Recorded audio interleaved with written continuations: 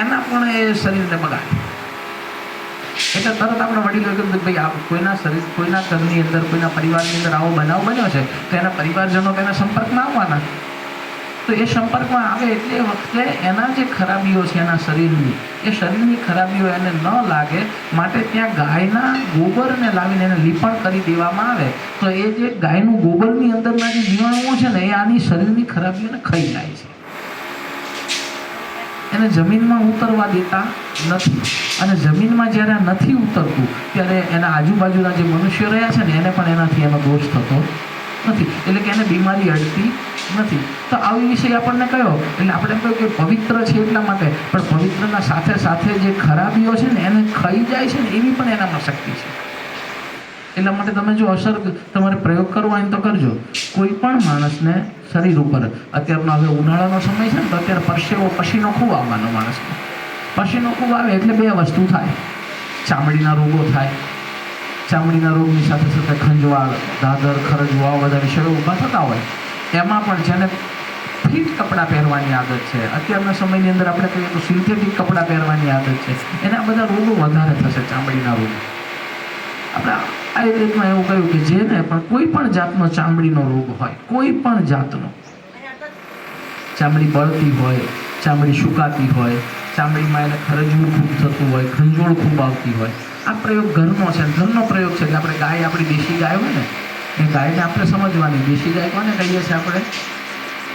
જે ગાયને એના શરીર ઉપર ખૂંદ છે. એ અહીંયા જો આપણી પાસે મૂર્તિ છે ને તો મૂર્તિની અંદર આપણને જોવા મળશે. ગાય માતાનો ફોટો જોઈશું આપણે તો એ બે પ્રકારની ગાયો હોય.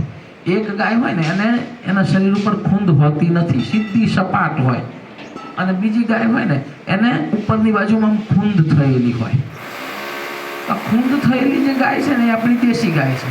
એનામાં બધા ગુણો છે અને ભગવાન નારાયણ એના શરીરમાં વાસ કરે છે. પેલી જે સપાટ છે ને જેને ખૂંદ નથી એ કેવી ગાય છે? એને ખરેખર ગાય નથી કહેવાતી, એને જર્સી અથવા તો પશુ કહેવાય.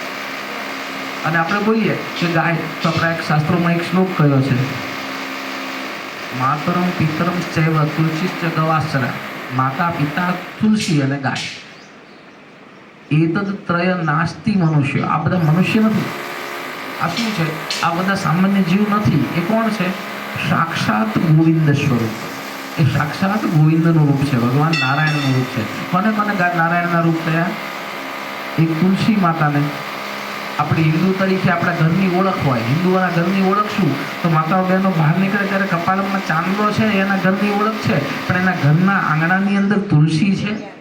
આપણું હવે ફ્લેટની વ્યવસ્થા તો જો ગેલેરીમાં ક્યાંય તુલસીનો ક્યારો કુંડું મૂકેલું છે તો એ આપણા પરિવારની ઓળખ છે. અને જેટલામાં તુલસીનો એક કુંડું છે એની આજુબાજુમાં જ્યાં પણ તમે જાઓ તો એના વાતાવરણને એટલું પવિત્ર રાખે છે કે 22 પ્રકારના રોગના જીવાણુઓ આપણને અસર કરતા નથી. આ તુલસીની પવિત્રતા છે. એટલે તુલસી છે એ વનસ્પતિ નથી, એ ભગવાન ગોવિંદનું રૂપ છે. માતા પિતા છે એ મનુષ્યો છે? ના, એને પણ ના પાડી છે કે માતા પિતા મનુષ્ય ન ગણાય. કારણ કે મનુષ્ય છે એનો તો નાશ છે અને માતા પિતા છે એ સતંત અનાશવંત છે. એ નાશવંત નથી. શું કામ નથી? કારણ કે આપણા રૂપે પણ આપણી અંદર બીજ રૂપે તો આપણા માતા પિતા છે. આપણા સંતાનોમાં બીજ રૂપે એના માતા પિતા છે. આપણા પરદાદાઓ એ બીજ રૂપે આપણામાં છે. તો બીજ રૂપે તો એટલે એ સતત જીવતા રહે છે દરેકના માતા પિતા. એટલે શાસ્ત્ર વેદ શું કહે છે? માતરમ પિતરમ ચૈવ સાક્ષાત પ્રત્યક્ષ દેવતા નાસ્તિ માતૃ સમો દેવ નાસ્તિ પિતૃ સમો ગુરુ. માતાની સમાન કોઈ દેવ નથી, પિતાની સમાન કોઈ બીજો ગુરુ નથી. આવું આપણા વેદો કહે છે. સાક્ષાત પ્રત્યક્ષ દેખાતા દેવતાઓ છે. એ કોઈ સામાન્ય મનુષ્યો નથી. કોણ? માતા ને પિતા. અને ત્રીજી વાત કરી ગૌ, ગાય. એતદ નાસ્તિ પશુ. આ પશુ નથી. એ શું છે? એ સાક્ષાત ગોવિંદનું રૂપ છે. ગોવિંદનું રૂપ શું કામ છે? કારણ કે દરેક જણનું, દરેકનું એને એવું નથી કે આ મને ખવડાવશે તો જ હું એનું દૂધ આપું, આ મને રાખે તો જ હું એની પાસે ગોબર કે ગૌમૂત્ર આપું. એને એવું નથી. જેટલા પણ એને આશ્રય છે કે નથી, દરેકના કલ્યાણ માટે જ એનું હંમેશનું કામ હોય છે. કેવી રીતે કલ્યાણ કરે? ખબર છે? ગાય માતા પૃથ્વીનું કલ્યાણ કેવી રીતે કરે? આપણે આપણા ઘરની અંદર રહીએ અને ઘરની અંદર રહેતા હોય એટલે એક વર્ષે આપણને ખબર પડે. એમાં એવું થાય કે જેટલા પણ દિવસના આપણા બધા કાર્યો છે, આ બધા કાર્યોની અંદર આજે સવારથી માંડી અને સાંજ સુધી આપણે જોઈએ તો જેમ આગળ વાત કરીને એમ કે ગૌ માતાને બીજું જ ઉત્પત્તિનું સ્થાન આપ્યું. કેટલામું સ્થાન આપ્યું? બીજું. પહેલું ઝેર અને બીજું આપણા દિવસની શરૂઆત આપણે કરીએ તો આપણા દિવસની અંદર બીજું કામ આપણું પહેલું તો કામ શું હોય છે? આપણા શરીરનું ઝેર સાફ કરવું.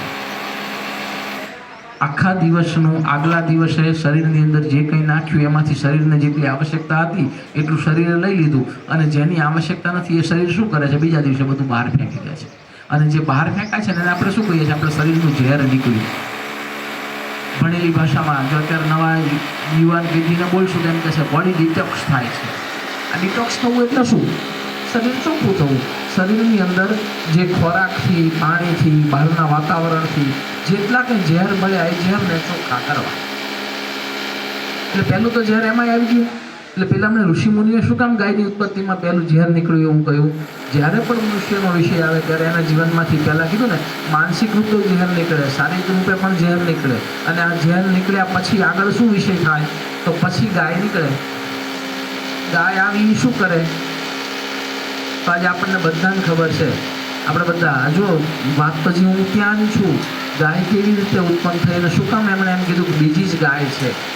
બીજું ઉત્પત્તિ ઝેર પછી તરત ગાયની છે, કારણ કે ગાય આપે છે ને, ગાયના બધા જેટલા પણ આપણને ઔષધો પ્રાપ્ત થાય છે બધા અમૃત થયા છે. 5 અમૃત ભેગા થાય અને તમારે પ્રયોગ કરવો હોય ને તો કરજો. જે માણસને કોઈ પણ બીમારી છે એ બીમારી આ ગાયનું પંચામૃત. પંચામૃતને આપણે યાદ રાખીશું. પંચામૃત એટલે કેવું? ગાયનું તો જ પંચામૃત. બજારમાંથી દૂધની થેલી તૈયાર લાવ્યા છીએ આપણે, કોઈ ડેરીમાંથી બનેલી છે આવી થેલી તૈયાર લાવ્યા છે, મસ્તી દહીં લઈ આવ્યા છીએ, તો એ પંચામૃત બનતું નથી. શું કામ? કારણ કે એ દૂધ અથવા તો એ દહીં છે ને કયા પ્રકારના કેમિકલથી બનેલા છે આપણે જાણતા. આયુર્વેદ આપણું એવું કહે છે કે ગાયનું દોહન થાય અને ગાયનું જે દૂધ નીકળે એ દૂધને 4 કલાક સુધી કે 8 કલાક સુધી ગરમ કર્યા વગર રાખવામાં આવે તો મૃત થઈ જાય, મરી જાય. ગરમ કરી દો તો 8 કલાક સુધી સારું રહે, પછી બગડી જાય. ગરમ નથી કર્યું તો 4 કલાક સુધી સારું રહે, પછી બગડી જાય. આવું થાય. આપણે અનુભવ્યું છે ને બધાએ. એમ કે આજે હું બહેનો ઘણી વાત કરતી હોય ને, આ દૂધ લાવ્યા હતા પણ ગરમ કરવાનું ભૂલી ગઈ સવારે.